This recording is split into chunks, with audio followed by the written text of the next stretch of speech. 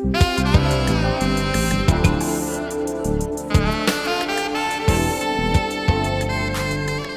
and welcome back to Betty. I'm your host, Cynthia Thompson. I'm here with a friend of mine, David Young, and he's a motivational speaker and a very nice young man, and he has so much wisdom that he's going to share with us today.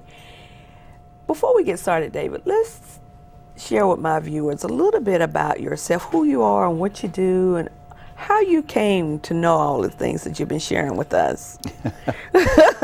Well, I am the president of Surge Performance Systems, which is a coaching, training, and motivational speaking business. And my goal is just to help others, to motivate others to achieve what they want to achieve, to surge to, so to speak. So a couple of months ago, you were on here and you're talking about the ABCs of achieving what you want to do. Right, right. Now today, we're going to talk about how you can be the best you at achieving excellence. Right, right. Now, when I think about that, I'm not really sure what you mean by that. Can you explain that a little bit for us? Well, let me start with a story, Cynthia. Okay. So imagine that you're leaving for work tomorrow morning. Okay. And it's raining. I mean, it's Yeah. pouring.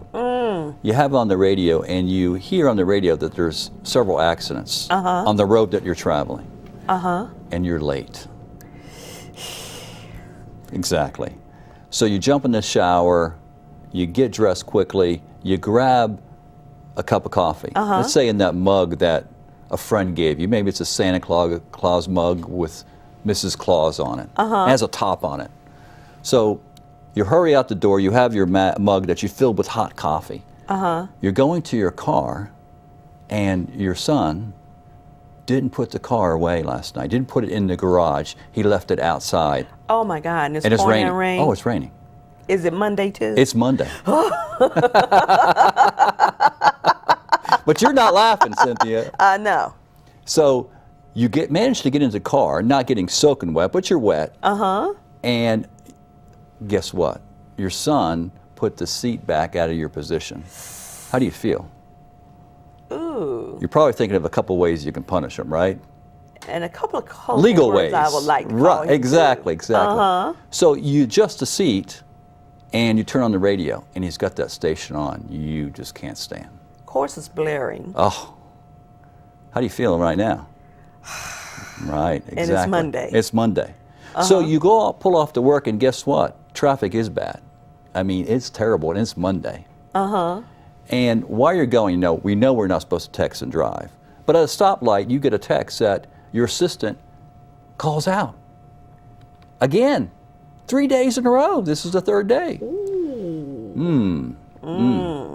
So you're driving again, you're about to take that first cup, that first sip of that coffee, and the car in front of you slams on its brakes. So you quickly react, and that coffee goes all over Your white sweater. Blood. Right, exactly. Right? So you're looking at your mug that's empty now, right? Santa Claus is smiling, and so Mrs. Claus, but you don't feel the joy, right? You don't feel the joy. So you manage to get to work. You pass the receptionist, and she says, "Cynthia, I like your sweater." And you're like, Right. So you get into your office, and now you're late, by the way, because of all these things. Of course. And you were working with a coworker on a presentation. Guess what? The coworker's not there. The boss calls you up on the phone and says, "Cynthia, you have to do the presentation to the VIPs, to very important clients." So how do you feel? Your heart's going. So with And all you're those things sweating. that happened, do you think you can produce excellence? I would have to say no. Okay. Even though that was a lot of events, we have those Mondays, we have those rainy days, we have those things that happen to us that get us thinking a certain way. Let me give you an example. Cynthia, and I know I probably shouldn't do this on a television station, but Cynthia, are you afraid of spiders? Yes. Yes. So Cynthia, if I were to say there was a tarantula in this box, would you like to No. hold it? Okay. No. All right. So, but you can see, Cynthia, there is no tarantula, okay? Oh my God. But here's the thing. Your mind thought at one time there possibly could be. Yeah. And you reacted. So the mind is connected to the body. Just like those things, those events that happened on the way to work, those were affecting your psyche, your mind, and you were reacting with stress hormones. So when we think of something in a negative way, these stress hormones affect our body, affect what we do physically. And the mind and the body connected. So if we are mad, angry, upset, okay, in the physical realm, we're going to be in the mental realm also. You know, you're right, because you showed me the empty box, but my heart is still pitter-patter, pitter-patter. It's racing. Right. Because I am afraid of spiders. So, and how many times are we afraid, not afraid, but we get set up at a boss or at a coworker or at a spouse or a best friend, and we're so angry or we're upset emotionally that we can't respond the way we know we need to. We all have that. We all have it, yes. So the best you achieving what you want is a process that I developed to help you get into the right mindset so you can be the best you. So that's what the best you is all about, achieving excellence. So what is the first step? The first step is to reframe. Okay. When we look at a situation, we have two options. We can look at it as a situation that's bad or a situation that maybe is not so bad or good. So if we reframe it in our mind, we can change the way we respond to it physically, okay, which will change our thinking. So one of the ways, the first way to reframe something is to change the content, meaning in that situation, what is it in the content of that situation that we can change the meaning? So let's say that you have a friend and you're going to lunch with that friend. Okay. But that friend brings that other friend that you don't really get along with too much. Okay, not that you have those kind of friends, but Well, we'll think hypothetically. I think we all do, Right. but So you go to lunch and you see that friend. You're thinking, oh, why did she bring her? that's the first thing popped in my head. That's what I would be thinking. Why is she here? Right. So are you thinking you're going to be the best you in that situation? Probably not. Probably not. But if you change the content of that situation, so maybe you understand that she was an ex-basketball player, or maybe she ran track, or maybe she was into art at school. If you talked about those things, maybe she will become more pleasant. You're changing the content of the situation. So that's one way to reframe. Okay. The other way to reframe is the context. Okay. Okay. So again, we're in this scenario, you're going with your friend, your best friend, and she brings that friend that you don't care for. Well, let's say she was an athlete and she's strong. Well, maybe in a situation, the context, in another situation, maybe she would be an asset. How so? Well, let's say you were going to you had to walk to your car through a dark alley. And she was a gymnast with a lot of strength. Well, maybe she could help defend you if something happened. So we're changing the context of it. So if we reframe that person either through the context or the context, okay, we begin to reframe and think differently about that person. And it starts to lower the stress hormones. It starts to, we can think differently about that person. So that's the first step, is to reframe the situation. You know, let's take a short break. I'm going to think about this some more. So I think you're on to something. Okay. Okay? Thank you.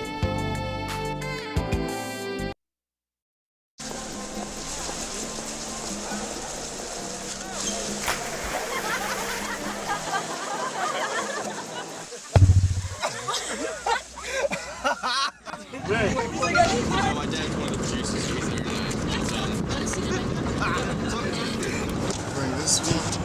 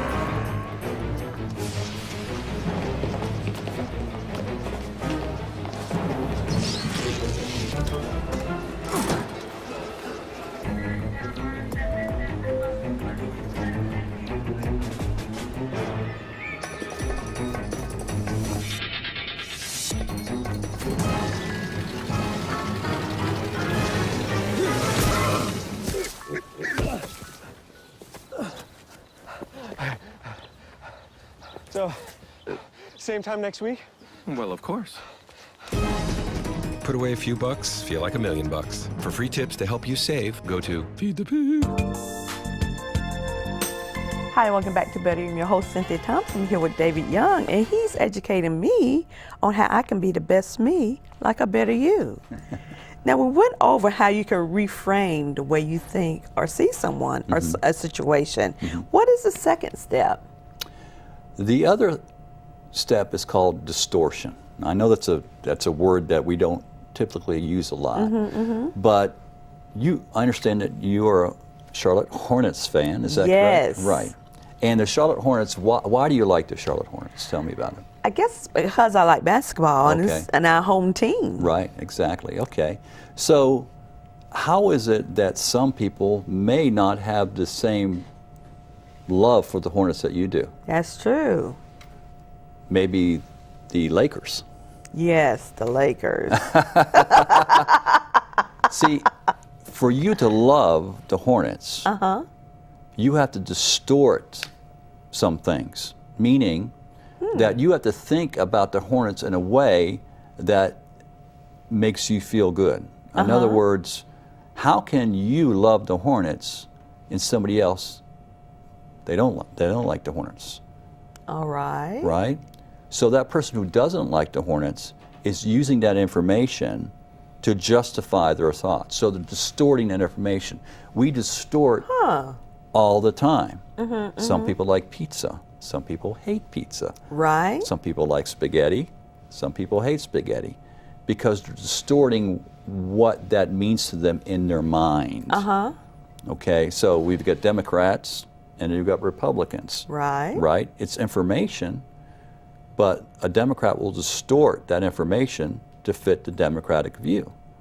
A Republican will distort that information, okay, to fit the Republican point of view. You know, An that makes athlete sense. will think differently about food and training than somebody who's a couch potato. So we distort information all the time. That's what makes us unique.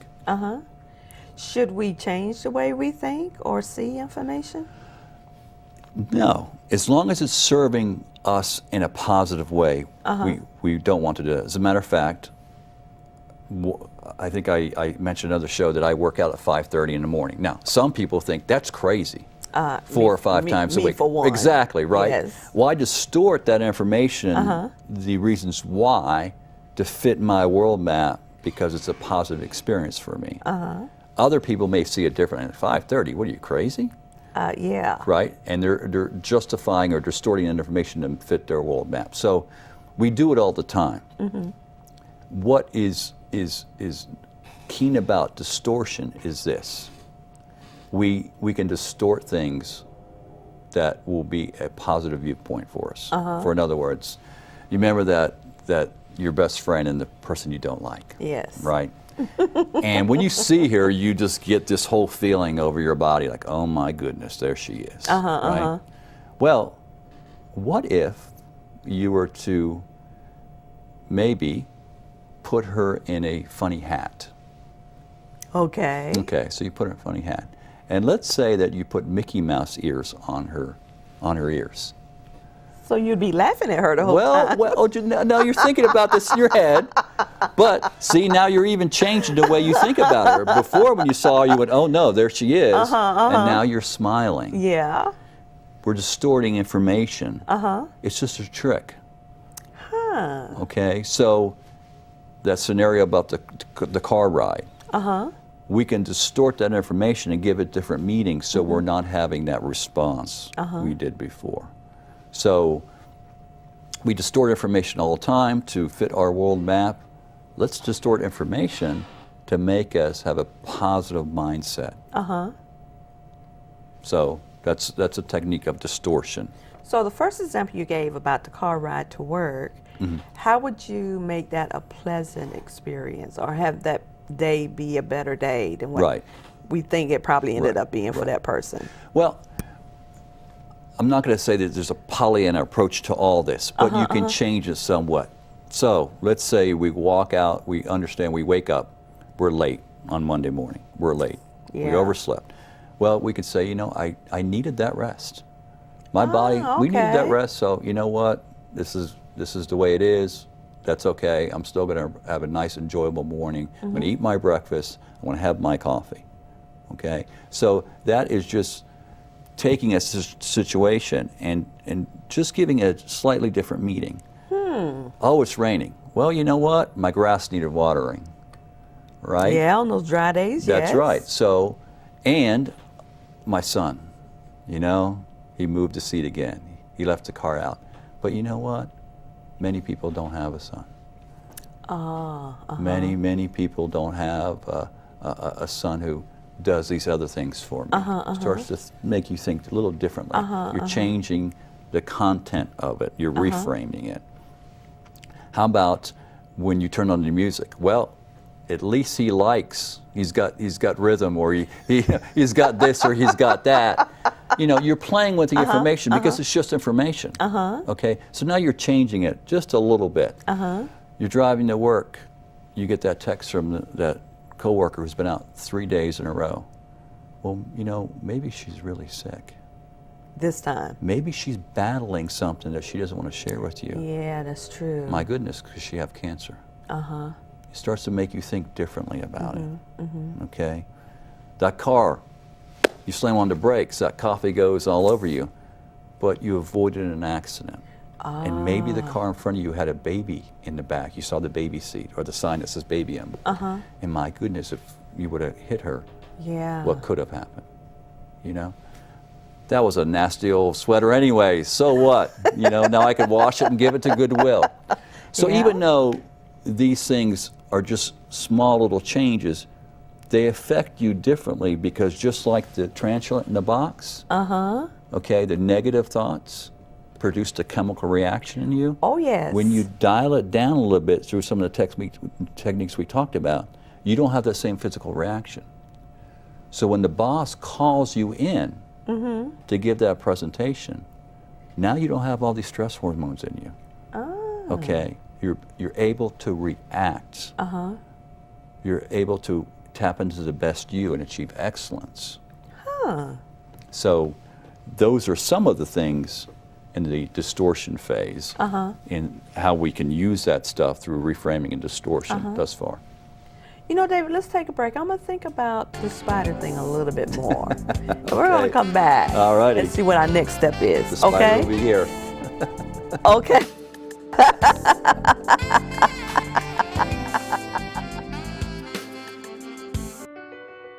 My life is full of statistics.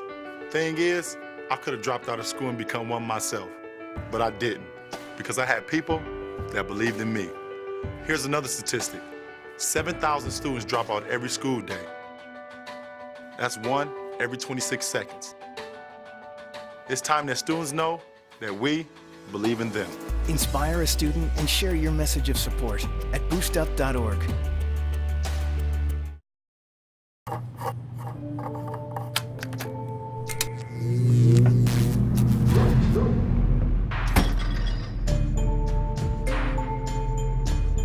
Traditional light bulbs actually generate 9 times more heat than light.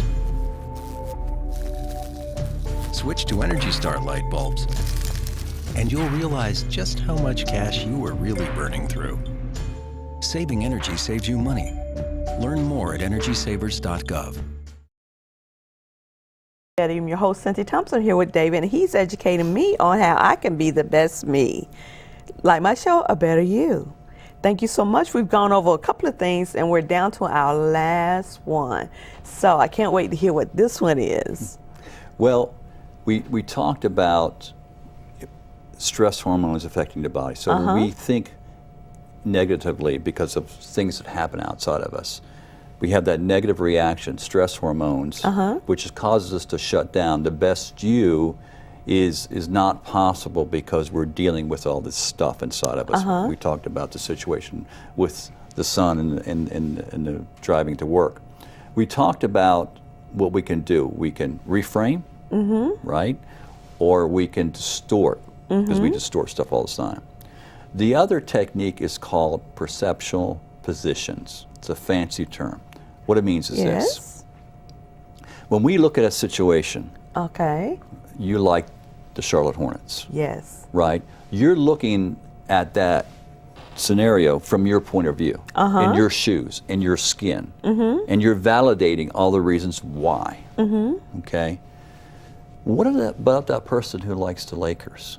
I feel so sorry for them. But if you were to put yourself in that person's shoes, in their skin, maybe you can realize, well, maybe that person was born and raised in LA. Maybe. Okay. Maybe that person knew Magic Johnson at one time, or Magic Johnson did something for a cause or something.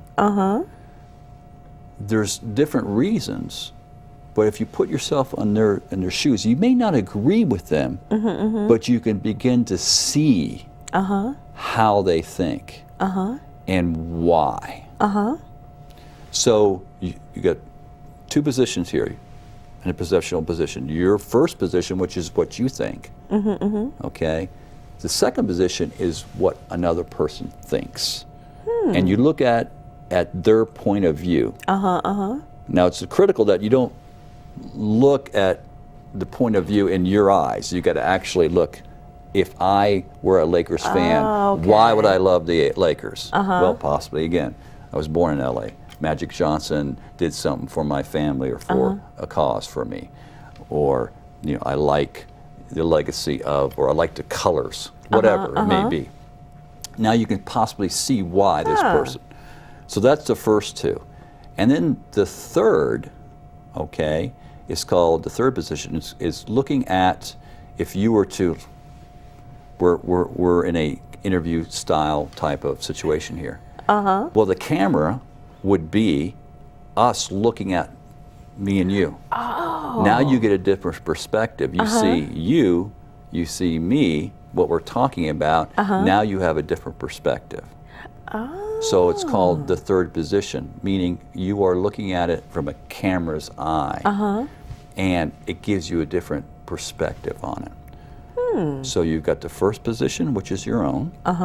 The second position, which is the other person's, and the third position, which is like the bird's eye view or the camera view of the situation, which kind of starts saying, oh, well, now I understand why she likes the Hornets, or why he likes the Lakers.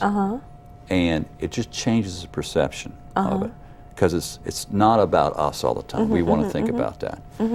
And you know, if Congress could do this, you know, one person on one side of the aisle sees one way, one person on the other, they're taking their first position view.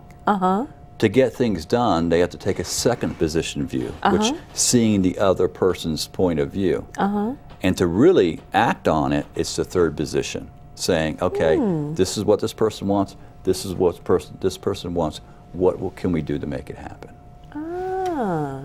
You know, this really makes sense now that you've explained everything to me. I was just wondering, David, do you share this best you with our young people to make them see others in a different light? Because the first thing that popped into my mind was, in our school system, how we have our teenagers that are bullies and being bullied. Do you think that this would work for them in order to stop bullying in the schools? I think it could have an impact. With anything that we do, we have to be open to it. This methodology can help even a bully. Why is a bully the way they are? Well, because probably they've got some issues with their pain, they're afraid. So we look at, you know, what position can we take? Their position, right? Our position, and then the bigger view. So yes, but we'd have to be open to it. That's true. Because nobody can change unless they want to. This is true. But it would be a powerful way for people to see other points of view, and then we can come together. And whenever you have presented this plan to a group of people, have you noticed a change in the way they view each other? Well, you know, this is a simple process. Yes. And it's so simple that we forget.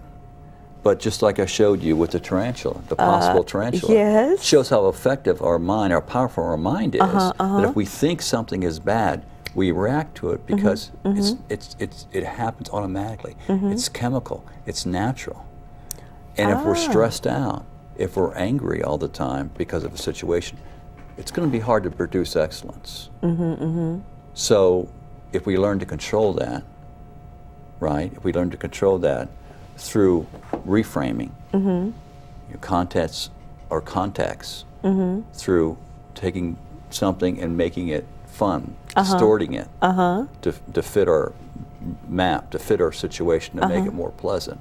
And then if we take the positions, the first position, which is our position, then the other person's position, which is the second position, and then the camera view on both the positions, we're going to have a better,